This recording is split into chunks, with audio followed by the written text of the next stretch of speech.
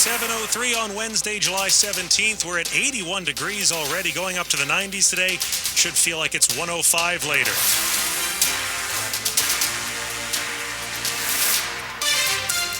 We could be in for some storms as well. Good morning, I'm John Aaron. And I'm John Domen, and the top local stories that we're following this hour, one more time.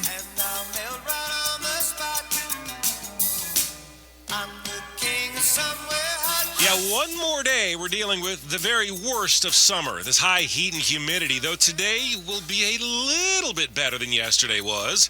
Here's 7 News meteorologist Mark Pena. A heat advisory goes into effect at 11 a.m. with heat index values expected to be anywhere from around 100 to 105 degrees. And we're also tracking a cold front, which is going to bring some showers and storms to the area beginning later on this afternoon.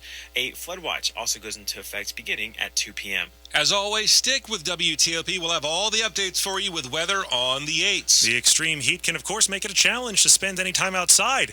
WTOP's Scott Gelman says extra time spent indoors is one reason why respiratory viruses like COVID are going strong this summer. They're not easily spread when it's very hot and humid like it's been around here recently. But Andrew Pekosh with the Johns Hopkins Bloomberg School of Public Health explains those conditions are encouraging people to change their behaviors and be inside. Then you're sort of seeing a different environment for respiratory viruses, which is a little bit more conducive to spread. He says flu and RSV basically go away in the summer, but COVID never quite reached that stage. You're also hearing about some variants that are circulating now that, are a little bit better at evading the pre-existing population immunity. That, combined with the heat, is causing people to get sick. Some people are staying cool by turning on fans or standing in front of air blowers. You don't want to have an infected person standing in front of a wind source that will sort of take the virus they're breathing out and push it vertically across a room. Scott Gelman, WTOP News.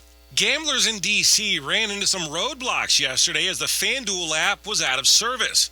We get the latest on that from WTOP's Luke Lukert, who says the reason behind the outage may surprise you. It all stems from D.C.'s budget not going into full effect. Mayor Muriel Bowser returned the $21 billion budget unsigned to the D.C. Council, stopping short of vetoing it. In a letter obtained by Axios, Bowser writes that her objections to the budget arise from the proposed mansion taxes on homes worth more than $2.5 million, as well as increased taxes on businesses. She requested that they work through the summer to cut additional costs for the city instead. Since the budget went unsigned rather than vetoed, some measures are allowed to continue, such as betting on FanDuel, but plans for other third-party betting apps to come to D.C. are on pause until that budget is passed. Luke Luker, WTOP News. When you mention school safety, many people think about things like shootings.